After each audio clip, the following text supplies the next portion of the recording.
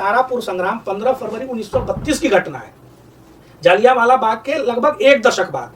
और इस घटना में 14 से 15 वर्ष के किशोर, युवा कह सकते हैं, वो इस घटना में पूर्व नियोजित कार्यक्रम के तहत ये जानते हुए कि अंग्रेजी थाने पर जब हम झंडा फहराने का प्रयास करेंगे तो लाठियां भी चलेंगी और गोलियां भी खानी पड़ेगी, उसके बावजूद ये लोग गए। इन लोगों ने उस भवन पर झंडा फहराने का प्रयास किया, पुलिस ने इनको पीटा, गोलियां भी चली, बाहर खड़े हजारों की भीड़ पर, निहत्थी भीड़ पर गोलियां चली, 34 लोग शहीद हुए। और उस घटनाक्रम के बीच इन 5 किशोरों ने घायल होते हुए भी झंडे को फहराया। तो झंडे की आन बान शान के लिए ये जो 5 युवा, मदन गोपाल सिंह, त्रिपुरारी सिंह, परमानंद झा, कार्तिक मंडल, ये लोग जो लड़ रहे थे ना, ये कौन थे? क्या ये किसी एक दल के थे? ये उस आयु वर्ग के लोग थे जिस आयु वर्ग के लोग आज शायद स्वतंत्रता का, आजादी का वो मूल्य भी नहीं समझते। 1942 में भारत की आजादी से करीब 5 साल पहले देश के 4 स्थानों पर स्वतंत्रता मिल गई थी। बलिया, इसलिए उसको बागी बलिया कहते हैं, तारापुर, मेदिनीपुर पश्चिम बंगाल का एक क्षेत्र है, और महाराष्ट्र का सतारा। इन 4 जगहों पर राष्ट्रीय ध्वज फहरा रहा था और कई महीनों तक, तारापुर में तो 45 दिन और सतारा में तो कई महीनों तक अंग्रेज वहां वापस कब्जा नहीं कर पाए थे। ये इतिहास है भारत का। ये इतिहास की पहली घटना होगी जब किसी सिविल सर्वेंट ने अपने रिवॉल्वर से गोली चलाई हो।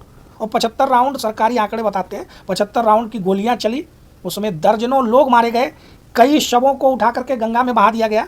और 3 दिन बाद जब अंग्रेजों के दमन के बाद लोग वहां किसी तरह पहुंचे थे तो केवल 34 शव मिले। इसलिए आधिकारिक तौर पर इस घटना में 34 लोगों के शहीद होने की, बलिदान होने की बात कही जाती है। तो ये घटना पूरी तरह से एक पूर्व नियोजित, पहले से क्रांतिकारियों ने यह तय करके किया था।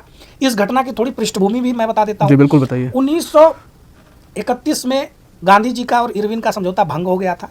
उसी दौर में, समझौते के दौरान ही लोग ये उम्मीद कर रहे थे कि गांधी जी उस समझौते में भगत सिंह और उसके साथियों की फांसी रुकवाने की मांग करेंगे। ऐसा भी कुछ नहीं हुआ, भगत सिंह और उसके साथियों को फांसी हो गई। और दूसरी तरफ समझौता रद्द होने के बाद घटनाक्रम तेजी से बदलता है और कांग्रेस पर बैन लग जाता है। और पूरे देश में जितने भी राष्ट्रवादी संगठनों के कार्यालय थे, वहाँ से कांग्रेस सहित तमाम संगठनों के कार्यालय को जब्त किया जाता है, उनके झंडे उतार लिए जाते हैं, वहाँ पर यूनियन जैक लहरा दिया जाता है।